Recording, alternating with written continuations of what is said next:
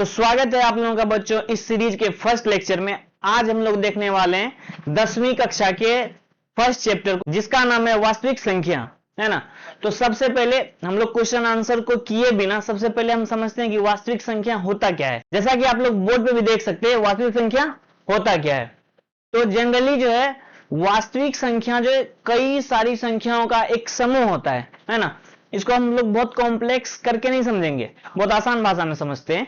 मान लीजिए कोई संख्या रेखा है ना। आप सभी लोग अभी तक में कक्षा 10 तक में कई बार संख्या रेखा बना चुके होंगे। लोअर क्लास से लेकर अभी तक का जो सीनियर क्लास है, सभी में संख्या रेखा के बारे में बताया जाता है ना। उसमें कई तरह की संख्याएं होती है, जैसे धनात्मक संख्याएं, ऋणात्मक संख्याएं, पूर्ण संख्याएं, पूर्णांक संख्याएं, परिमेय संख्याएं और परिमेय संख्याएं। इन सारी संख्याओं के समूह को ही हम लोग क्या कहते हैं, वास्तविक संख्या कहते हैं। वास्तविक संख्याएं मुख्यतः दो प्रकार की होती है, जिसमें कि पहला हमारा होता है परिमेय संख्याएं, जिसे हम रेशनल नंबर्स कहते हैं, और सेकंड हमारा होता है अपरिमेय संख्याएं, जिसे इर्रेशनल नंबर कहते हैं। तो आइए हम लोग देखते हैं कि परिमेय संख्या होता क्या है। तो परिमेय संख्या उसे कहते हैं जिसे हम p/q के रूप में लिख सकें, और जहां p और q है, p और q दोनों क्या होना चाहिए, पूर्णांक होना चाहिए। दोनों क्या होना चाहिए, पूर्णांक होना चाहिए। और q बराबर क्या होगा, q बराबर 0 नहीं होगा, है ना। ये p और q को देख के आप लोग जो है कंफ्यूज नहीं होइएगा। इसे हम लोग बहुत आसान तरीके से समझते हैं। p वहां पे अंश है और q क्या है, हर है ना। आप लोग देखे होंगे कि भिन्न को हम लोग अंश बटे हर के रूप में लिखते हैं। तो ये p क्या है, हमारा अंश है, और q क्या है, हर है। यहाँ की p और q दोनों क्या है, एक पूर्णांक संख्या है, और q बराबर क्या होता है, कभी भी 0 नहीं होता है। तो हम लोग कुछ एग्जाम्पल से इसे समझते हैं। जैसे कि मान लेते हैं 2/5, 2/5। इसमें देखिए आप, 2 अंश है और 5 हर है, और दोनों क्या है, पूर्णांक है ना। पूर्णांक का मतलब क्या होता है, आप सभी को पता है। पूर्णांक संख्या में हम लोग पूर्ण संख्या और ऋणात्मक संख्याओं के समूह को ही देखते हैं, उन्हें ही हम लोग क्या कहते हैं, पूर्णांक संख्याएं कहते हैं।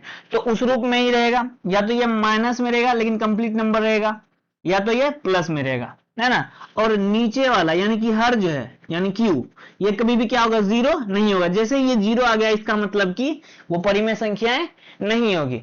अब नेक्स्ट हम चलते हैं। नेक्स्ट है हमारा अपरिमेय संख्याएं, यानी इर्रेशनल नंबर्स। तो अपरिमेय संख्या हम उसे कहते हैं जिसे कि हम p/q के रूप में ना लिख सकें। एक लाइन में इसका आंसर है, क्या है कि जिसे हम p/q यानी कि अंश बटा हर के रूप में हम जिसे नहीं लिख सकते हैं, उसे ही हम लोग क्या कहेंगे, अपरिमेय संख्याएं कहेंगे, है ना। तो जिसे हम p/q के रूप में ना लिख सकें,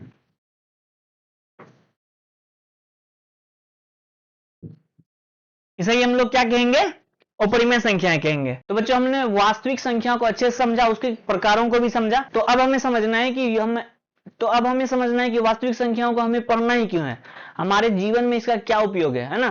क्योंकि अगर ये गणित का पहला चैप्टर में अगर ये दिया हुआ है, तो इसका कुछ ना कुछ हमारे जीवन से रिलेटेड रोल होना चाहिए, कुछ ना कुछ हमारे जीवन में इसका उपयोग होना चाहिए, तभी तो हम इसे पढ़ेंगे।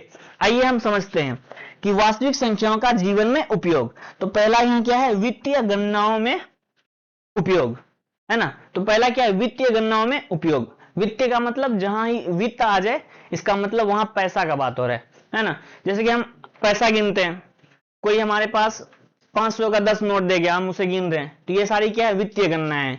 या बहुत सारा सिक्का दे गया, उसे हम गिन रहे हैं, ये सारी वित्तीय गणनाएं हैं। या फिर हम कई सारी जगहों पर खर्च करते हैं, वहां भी हमें काउंट करके पैसा का लेन देन करना होता है। तो इन सारी क्रियाओं को ही हम लोग क्या कहते हैं, वित्तीय गणनाएं, जो कि वास्तविक संख्या के बिना पूरा नहीं हो सकता है।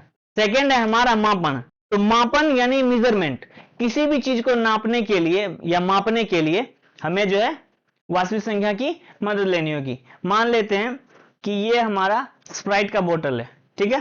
तो इसका भी एक कुछ ना कुछ वेट है, 1 लीटर है, 2 लीटर है ना। इसका जो मेजरमेंट आ रहा है 1 लीटर है, तो ये जो 1 लीटर है यही क्या है, वास्तविक संख्या है ना। तो हमें कैसे पता चला कि ये 1 लीटर का है, क्योंकि हमें संख्याओं का ज्ञान है, हमें वास्तविक संख्या के बारे में पता है, इसीलिए हम लोग जान पाए कि ये कितने लीटर का है, ये 1 लीटर का है ना। तो इसी तरह से गणित को हम लोगों को बहुत स्ट्रेस के साथ नहीं पढ़ना है, ये हमारे आम जीवन से जुड़ा हुआ ही है। आइए अब नेक्स्ट चलते हैं, हमारा है इंजीनियरिंग और निर्माण कार्य। क्या है?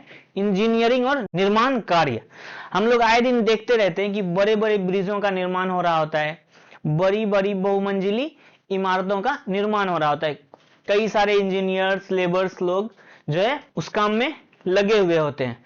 तो उन सब जगहों पर भी वास्तविक संख्या हमारी मदद करता है। बिना उसके क्या हम गणना कर पाएंगे? हमें किस मात्रा में लेबर्स की जरूरत है, हमें किस मात्रा में मटेरियल्स की जरूरत है, हमें कितना समय लगेगा, इन सभी के गणना में हमारी मदद कौन करता है? तो वास्तविक संख्या करता है।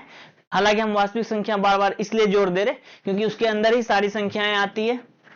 तो चाहे हमें निगेटिव मापन करना हो या पॉजिटिव करना हो, तो इस तरह से हम लोगों ने समझा, चाहे वित्तीय मापन हो या कहीं माप करना हो, मेजरमेंट करना हो, या फिर इंजीनियरिंग या कई भी सारी बहुमंजिली इमारतों का बनना हो, मोटर कार का बनाना हो, इन सभी जगहों पर क्या है? हमें वास्तविक संख्या का मदद मिलता है ना। तो इस तरह से बच्चों हमने वास्तविक संख्या को समझा, उसके प्रकारों को समझा और उसके मुख्य उपयोगों को समझा।